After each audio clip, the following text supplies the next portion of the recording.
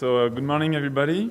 I'm very pleased to be here this morning to give this talk, and I would like to thank the organizer, and in particular Anne, for the invitation.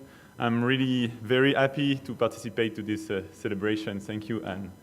And today I will talk about the relevance of using gray mouse lemur as a model of human aging. So the classic biological models of aging present some limits. I'll make it short. We'll have a presentation about this right after this one.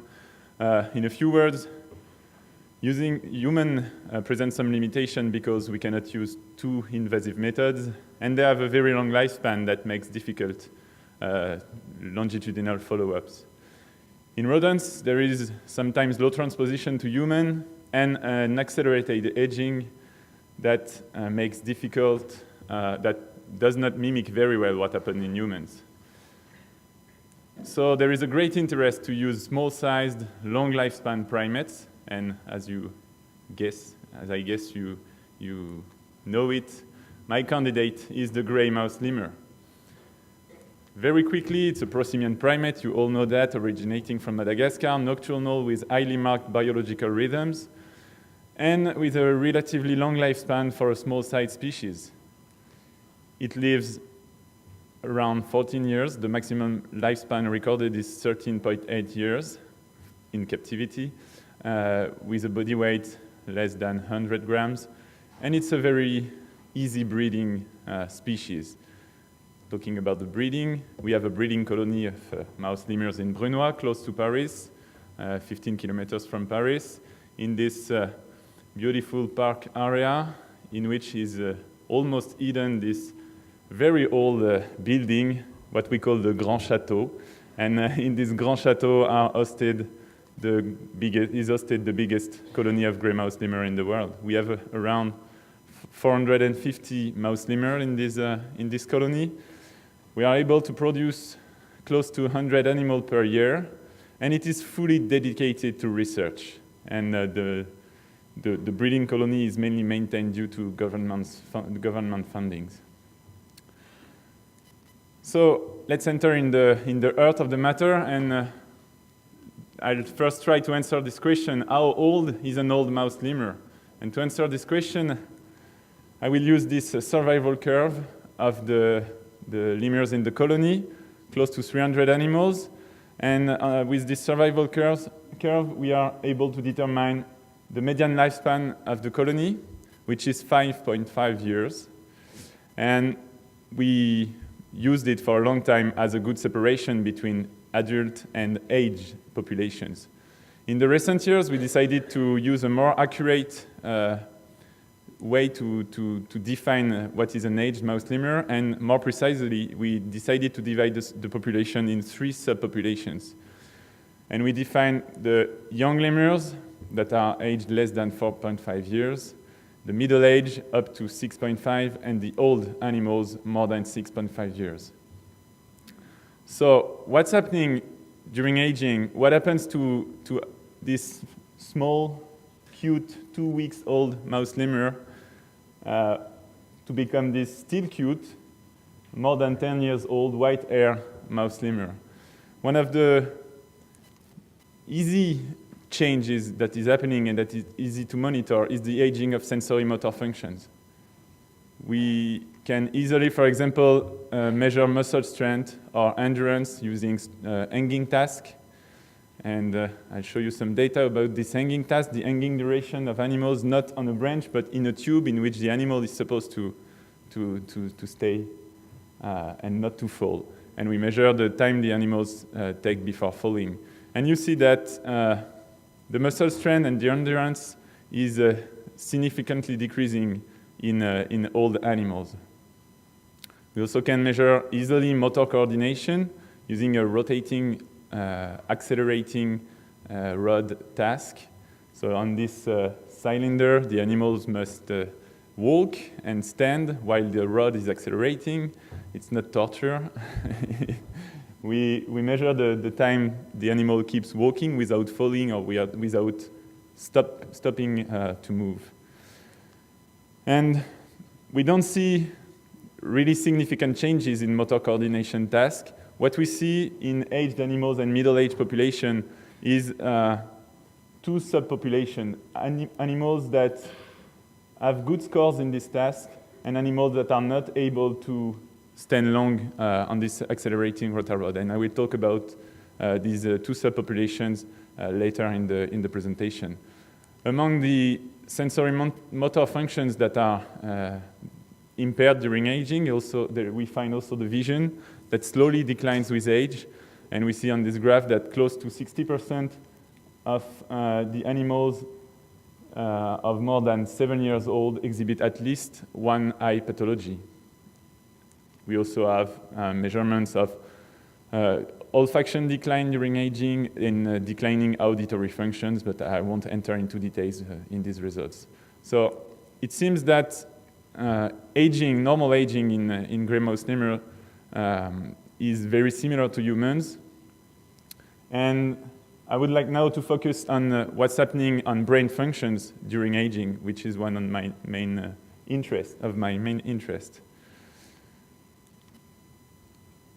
In the Brunoy colony, we are used to perform several cognitive tasks, and we have numerous tests adapted to the captive mouse lemurs, such as spatial, visual, working and emotion memory, anxiety test, aggressiveness test, visual discrimination, executive functions, and more. I will focus today on 3 of these different cognitive functions. The first one I would like to present is anxiety. We measure anxiety in an classical open field task, the same as people use for rats and mice. So the animal is placed in that open box. There is video tracking running, and we record lots of parameters. It is automatically scored. We record the latency before the first movement, the total locomotor activity, the speed of the movement, the small movement, long movement. We record the number of center crossings, the time spent close to the walls. They are all indicators of the level of anxiety, of the emotional status of an animal. This is the path that these animals followed. He has high exploratory behavior, numerous center crossing, central zone crossing, and a short latency of first movement. It indicates a not anxious animal. And we can find other typical traces, such as this one, with low exploratory behavior, few center crossings, and long latency. What happens during aging? We find, when we take the parameter of the latency of first movement in the open field, we find a decreased anxiety with age, which was validated in other emotion-related tasks. I won't enter into details. I won't discuss now whether it is bad or good to have lowered anxiety during aging. Maybe it's maladaptive. We can discuss this later if you want. But what we observe is a decreased anxiety during aging. It might also be due to the fact that the animals habituate to being handled by people from the breeding colony. But we can discuss this after if you want. Another cognitive function that I would like to focus on is the working memory. What we measure in a spontaneous alternation task in this kind of radial arm maze, in which the animal is supposed to explore the maze without visiting already visited arms. In that kind of maze and that kind of task is very sensitive to aging, and working memory significantly decreases with age when we test it with this kind of task. And the last cognitive function is the reference spatial memory, in which the animals have to relocate a previously learned exit in this kind of maze. So it's a 2-session test. In the first session, we teach the animals that the correct exit of the maze is located, for example, here at the red arrow, close to this triangle, which is an external cue that the animal uses to find the correct exit, in fact. And during the testing session, using these external cues, the animals has to relocate the correct exit. And it gives very interesting results when we test animals during aging. You see that, first of all, there is, an increase in a number of errors before finding the correct exit in this test. This is significantly increased with age.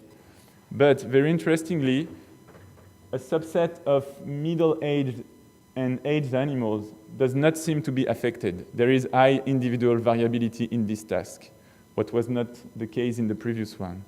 And now I would like to explore if these differences can be used to differentiate normal and pathologic aging in the gray mouse lemur. In human, normal aging is characterized by lifelong decline of executive functions, mild impairment of reference memory, and neurodegeneration is characterized by impairment of reference memory. What we have in lemurs, I just showed you this result, is decline reference memory and variation in the decline of, decline in working memory for almost all the aged animals, and variation, high variability in reference memory decline during aging. So what we tried to do is to find how these subset of bad performers could be characterized and what is special in these animals. And what we did is exploring differences between these bad performers in red. It's the same graph, we only changed the colors. Bad performers appear in red, good performers appear in black. And we have a target biomarker, which is glucose resistance. Glucose intolerance and diabetes are strong risk factors of developing dementia in humans, and these parameters were then assessed in our two groups. And very interestingly, we found that fasting glycemia is significantly higher in the bad performers, and when we plot the number of errors in the task, I can't see my, when we plot the number of errors in function of the fasting glycemia, we see that there is a significant correlation between glycemia and the number of errors. In addition, during an oral glucose tolerance test, in which we give a load of glucose to the animals and we measure how they manage this glucose, we find that the bad performers have glucose intolerance. They manage worst this glucose load. So animals with bad performances in reference memory test have impaired glucose tolerance and higher fasting glycemia. All these parameters could be good biomarkers of neurodegeneration. If I go back to my table, I can add the lemurs column, and we find that in lemurs, during normal aging, there is a widespread lifelong impairment of executive memory, almost intact reference memory, while during what we call neurodegeneration, there is the reference memory is strongly affected, what can appear very early, and glucose intolerance and insulin resistance strongly correlate with memory impairments. What about other neurodegeneration markers in lemurs, in gray mouse lemur, in fact? In human, the brain atrophy appears during healthy aging and is strongly increased during neurodegeneration. So we assessed this in lemurs performing MRI studies, and we found that aged animals also exhibit an age-related atrophy with some sort of variation, heterogeneity again, in particular in the middle-aged category. And again, we explored if we can learn something from this heterogeneity and what this heterogeneity tells. And we found significant relation between cognition, still the same parameter, the reference memory, number of errors in this reference memory task. And we found this relation between the hippocampus volume, the brain region which is responsible, in which is sustained this function. There is a significant correlation between reference memory and the hippocampus volume. The smaller the hippocampus, the higher number of errors the animals will do. So in addition to modeling well the normal brain aging, we find that there is a subpopulation of mouse lemurs, close to 20%, that does not fit the description of normal brain aging. These animals exhibit severe changes in behavior and severe impairment in specific memory and cognitive functions. It correlates very well with brain atrophy, but also with neuron death, presence of amyloid plaques, and altered glycemic parameters. This has been extensively described by Nicole Bons and colleagues from the mouse lemur colony of Montpellier this time, which is in southern France. It's another important mouse lemur colony in France, working mainly in on the topic of neurodegeneration. Nicole Bons described the Microcebus age-associated neurodegeneration syndrome that is described here in this slide. So this syndrome does not perfectly mimic Alzheimer's disease, and we don't like to talk about Alzheimer's disease in lemurs. We keep this for humans. But this syndrome shows very interesting similarities and can be considered as one of the rare non-genetic spontaneous AD models. And since we have now an excellent model of human aging available, I'll just take a few minutes to talk about testing anti-aging strategies in this species, what is one of my main activity, in fact. As I just told you, during aging, there is altered cognitive functions, which is related to metabolic alterations, which consist in risk factors for these altered cognitive functions. And nutrition can be a good way to limit the metabolic alteration and to limit these risk factors. In the lab, we are working on different nutritional anti-aging strategies, such as the study of polyphenols. The main one is resveratrol. We also study caloric restriction and omega-3 fatty acids supplementations. I will focus on calorie restriction. The first experimental demonstration of the impact of caloric restrictions was made in 1935 by McKay, and it was published in Journal of Nutrition. It demonstrated that when you feed rats with 40% calories less than the controls, you increase the lifespan of the animals by more than 30%. Since this pioneer work, lots of laboratories demonstrated that calorie restriction increases longevity in several species, from yeast to rodents.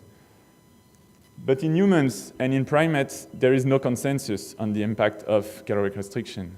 In humans, the Okinawa is an island in Japan, in which there is the higher population of supercentenarians in the world. This restricted diet could be the reason of prolonged longevity, but could also be the cause of low birth weight and malnutrition. In macaques, there are two studies that are contradictory. One that demonstrated that calorie restriction is able to significantly increase lifespan, and one that was not concluding concerning the effect of caloric restriction on lifespan. So the validation in primates is still missing, and in addition, calorie restriction is suspected to impair cognition. And that's where the mouse lemur can be of good help. If you want to redo these two experiments, you will have to wait close to 35 years to obtain a new results. In lemurs, it can take less than 10 years. I will give you this demonstration. We started the RESTRIKAL project, calorie restriction project, in 2006, 10 years ago, in which we included 24 males at the beginning of the study, 15 controls, and 19 calorie-restricted animals, which received 30% calories less than the control animals. And we performed longitudinal follow-up of age-related markers of lifespan, obviously, and apparition of age-related pathologies. I'll try to make it short. The main impact of caloric restriction, the most visible, is on body weight. The calorie-restricted animals are, the body mass is very significantly decreased in calorie-restricted animals, but there does not seem to be malnutrition. We measure this with sensory motor functions. We validate the absence of malnutrition, for example, measuring, again, motor coordination, but also muscle strength. And we demonstrated that there is an amelioration of motor coordination during the rota-rot task for the restricted animals, and a maintained force measured with a high jump task that seems to show that there is no malnutrition, no muscle loss. We also perform cognitive measurement of different cognitive functions, still the same reference memory task, but also other, and we demonstrated that there are no alteration of cognitive performances in spatial, working, and emotion memory between the control and the restricted animals. And there is also a better glucose tolerance and insulin response in these restricted animals. Very interestingly, we measured the impact of caloric restriction on brain atrophy, and we found an unexpected result. That is that caloric restriction induces a significant, maybe marginal, but significant gray matter atrophy. It's small, but we can measure it. And again, it may be marginal because we found no effects on cognition and no relation to cognition. And again, very interestingly, there is the contrary effect of CR, impact of caloric restriction on white matter. It is protective against white matter atrophy. So caloric restriction decreases the gray matter volume and protects, again, age-related white matter atrophy. What can partly maybe explain why there are no effects on cognition. And the last and main result of this study is the impact on longevity. This is the survival curve of the animals of this protocol.